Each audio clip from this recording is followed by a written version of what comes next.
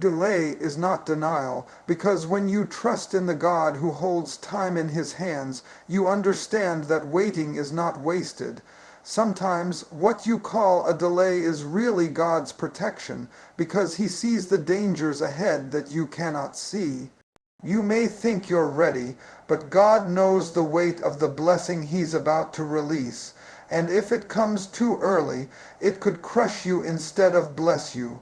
You see, when a seed is planted in the ground, you don't see the growth right away. There's no visible movement, no sign on the surface that anything is happening.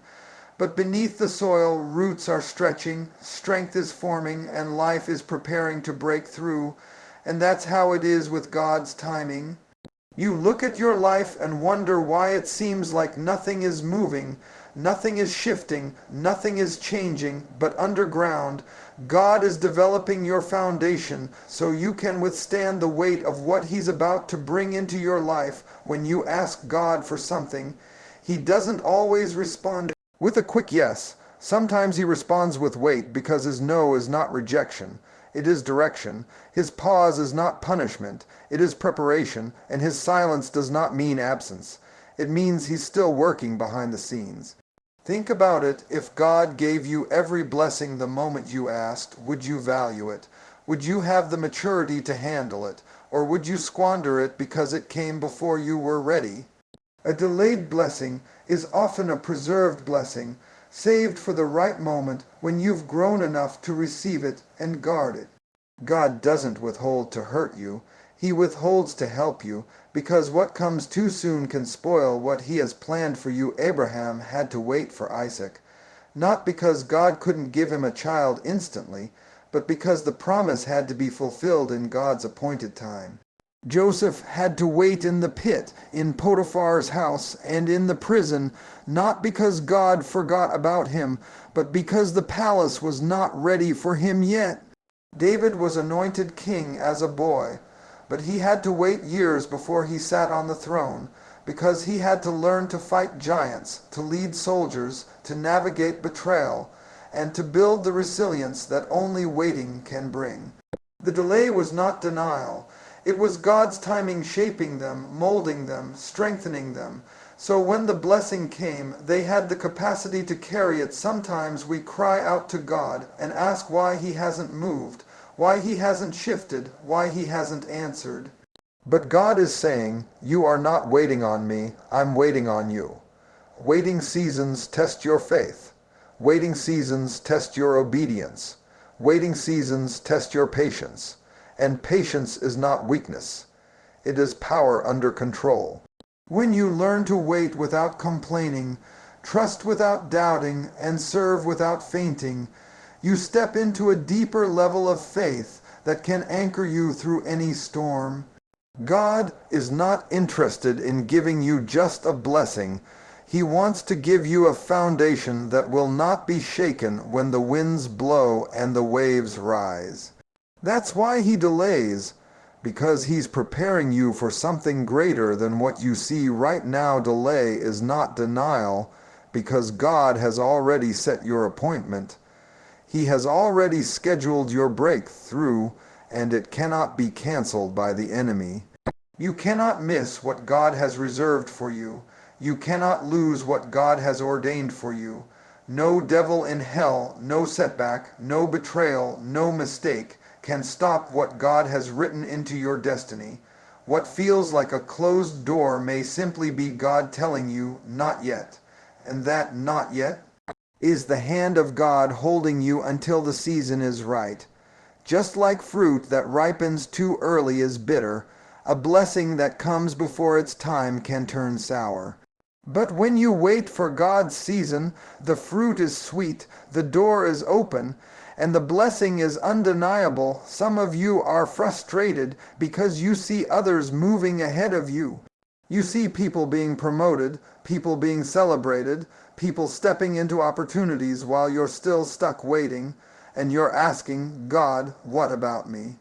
But God wants you to know that your timeline is not their timeline, your path is not their path, and your season is not their season.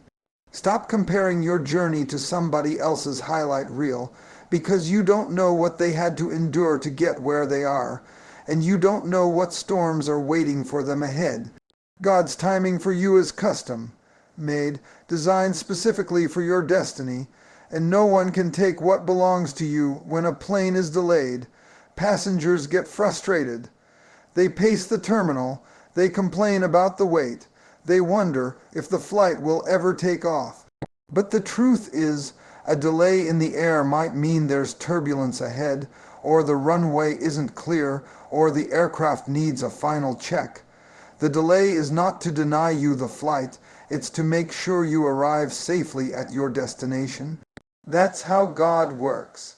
He's making sure the runway of your life is clear, making sure the turbulence you can't see won't destroy you, making sure the path ahead is safe enough for your blessing to land.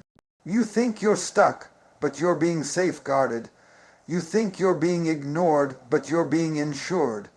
You think you're being delayed, but you're being delivered into the right moment. So many people give up in the delay, not realizing that the promise was just around the corner.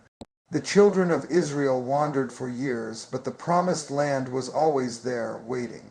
The prodigal son delayed his return, but his father never denied him a welcome home. Martha and Mary thought Jesus was too late to save Lazarus, but he showed them that even death can't stop his timing. Delay is not denial. It is God setting the stage for his glory to be revealed in ways you couldn't imagine. And when it finally comes, when the breakthrough finally breaks forth, you'll look back and understand why it had to take the time it did. You'll realize that if it had happened sooner, you wouldn't have been ready, and if it had come later, you might have missed it. But because it came right on God's time, it was perfect, complete, and unstoppable. Waiting builds strength, because in the waiting room of life, God does his deepest work. When you're forced to sit still while your dreams are delayed, when you're pressing and praying and nothing seems to move, that's when God is developing muscles in you that can't be built any other way. Strength is not built when everything comes easy, when doors open instantly, when prayers are answered immediately. Strength is forged in the fire of waiting, in the tension of not yet, in the patience of trusting a God you cannot see while everything in you is screaming for answers. Waiting is the gymnasium of faith, the training ground of character, the stretching field where your spirit learns to endure when you look at nature. The strongest trees are not the ones that grow overnight, but the ones that endure seasons. They stand through winters, storms, droughts, and winds. Their roots dig deep because they've been forced to search for water in dry places.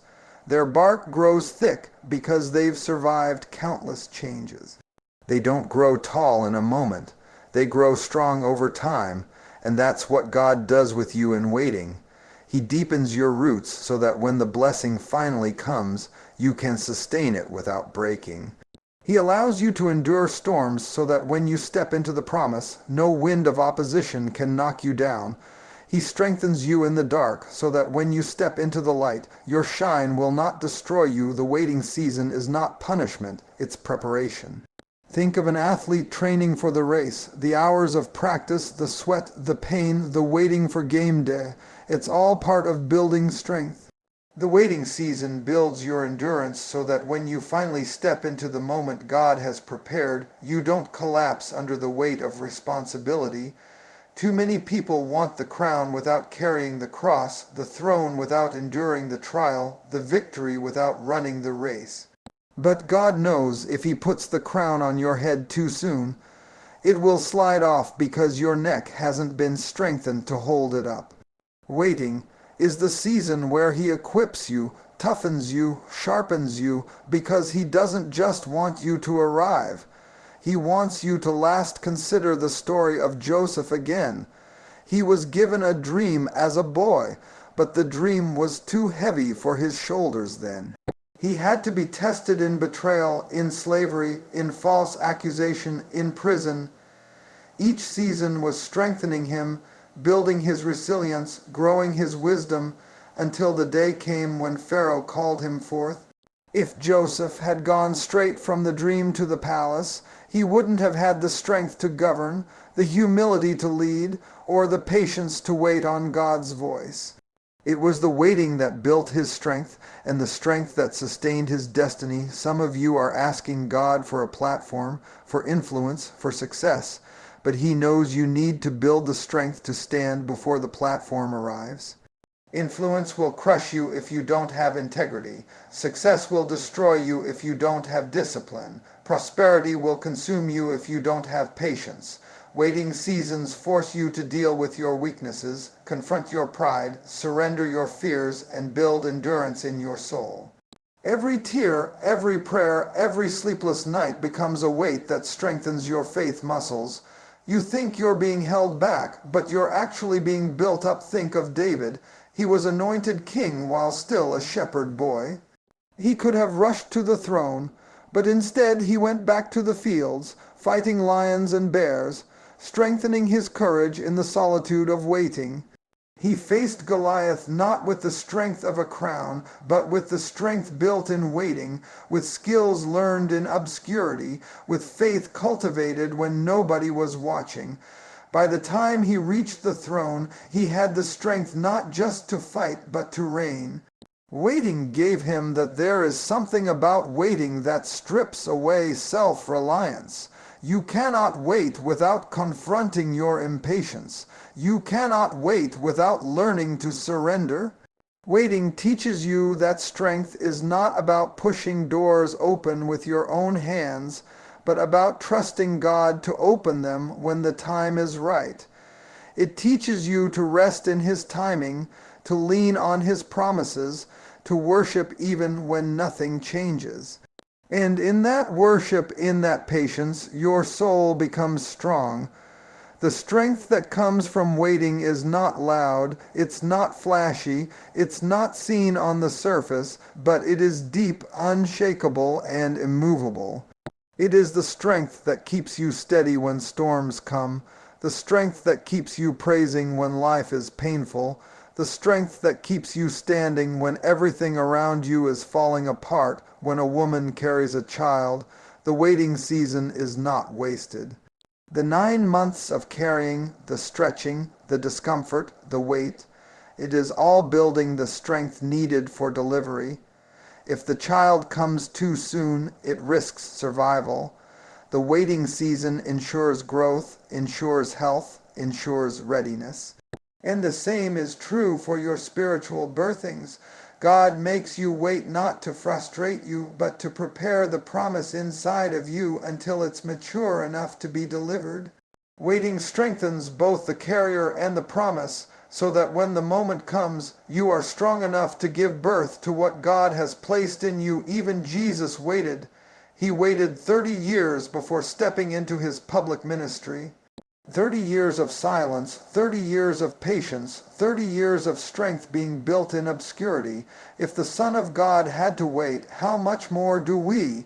But when his moment came, when the fullness of time had arrived, he was unstoppable, unshakable, unmovable, because the strength of waiting had fortified him for the assignment. That's why you cannot despise waiting. Waiting is not a waste of time. It is an investment in your strength.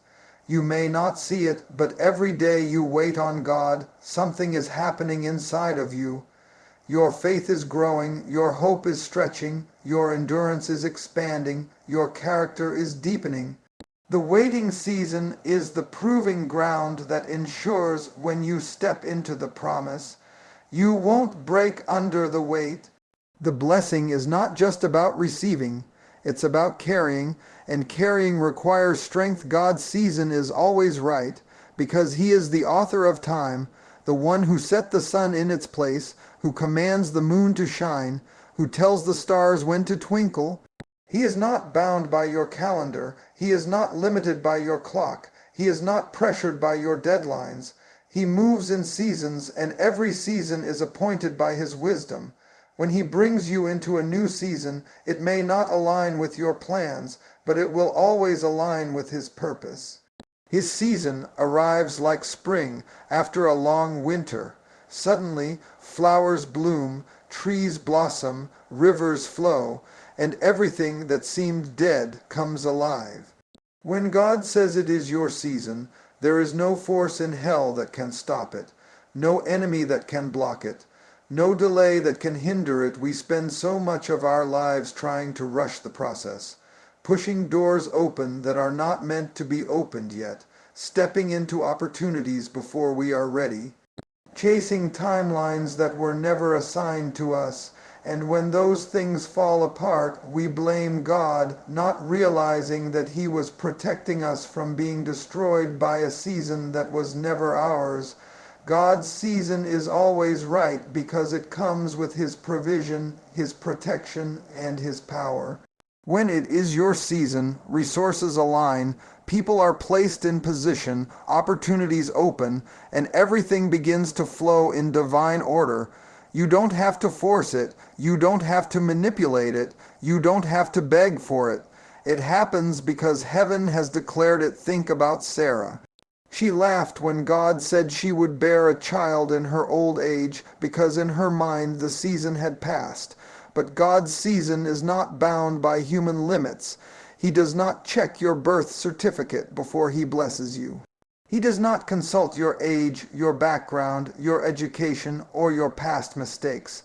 When He declares a season, it overrides every impossibility. Sarah's womb, though barren for decades, was still fertile in God's timing. Lazarus, though dead 4 days, was still alive in God's timing. Israel, though enslaved for 400 years, was still destined for freedom in God's timing. Seasons are not determined by circumstances. They are determined by the sovereign hand of God. Sometimes God's season will look like contradiction. He will speak life in the middle of death. He will speak increase in the middle of lack. He will speak healing in the middle of sickness. That's because His word carries the authority to create the season. When He says it is your time, even the grave must give way. Even the chains must fall off. Even the doors must swing open. You may feel like you're behind, but God can accelerate you in one season what you thought would take a lifetime. He can restore wasted years. He can redeem lost opportunities. He can rebuild broken places. And when He does it, you will realize His timing is not only right, it is perfect. Many of us get discouraged because we see others reaping while we are still sowing. We see others celebrating while we are still weeping. But the Bible says there is a season for everything, a time to plant and a time to harvest, a time to weep and a time to laugh, a time to be silent and a time to speak. Your season is not their season. Stop comparing your timeline to theirs, because comparison will rob you of peace and blind you to what God is doing in your own life. Just because it is their harvest season does not mean your seed is wasted. It only means your seed is still growing, still developing, still hidden in the soil until God commands it to spring forth. And when it does, it will not come late, it will not come early, it will come right on time. Think of Jesus at the wedding in Cana. They ran out of wine, and His mother asked Him to act. His response was, "My hour has not yet come." Even Jesus, the Son of God, walked according to the divine season of the Father. He would not move before the appointed time. But when the hour came, He turned water into wine, and not just any wine, the best wine. That's the power of God's season. When it comes, it is not ordinary, it is extraordinary. It carries excellence, it carries favor, it carries abundance. You might be waiting now, but when your season arrives, you won't just get what you lost. You'll get better than what you imagined. God's season is always right, because it teaches us to trust His sovereignty. He knows the end from the beginning, the outcome from the onset. You are limited in sight, but He sees beyond the horizon. You think you're late, but He says you're right on schedule. You think it's over, but he says it's just beginning. That's why he tells us to be still and know that he is God, because stillness allows us to surrender control and embrace his timing. The right season requires the right posture. If you're anxious, you'll miss it. If you're distracted, you'll overlook it. But if you're rooted in faith, you'll be ready when it comes. Waiting for God's season also builds appreciation. When you've waited long enough, when you've prayed long enough, when you've fought long enough, the blessing doesn't make you arrogant, it makes you grateful. Gratitude is born in the waiting, and it blossoms in the reaping. That's why sometimes God doesn't let you walk into the season too soon, because he wants you to appreciate the miracle when it comes. And when you do, you will not take the blessing for granted. You will not treat it lightly. You will honor it, cherish it, and guard it as the gift it truly is. Think of the farmer. He cannot harvest until the season is right.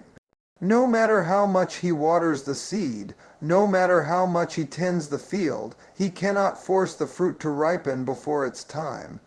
He must trust the process of the seasons, and when the season is right, the fruit comes forth abundantly. That is the picture of your life in God. You have sown in tears, but you will reap in joy. You have prayed in silence, but you will shout in victory. You have waited in obscurity, but you will be revealed in glory. Because God's season is never early, never late, always right.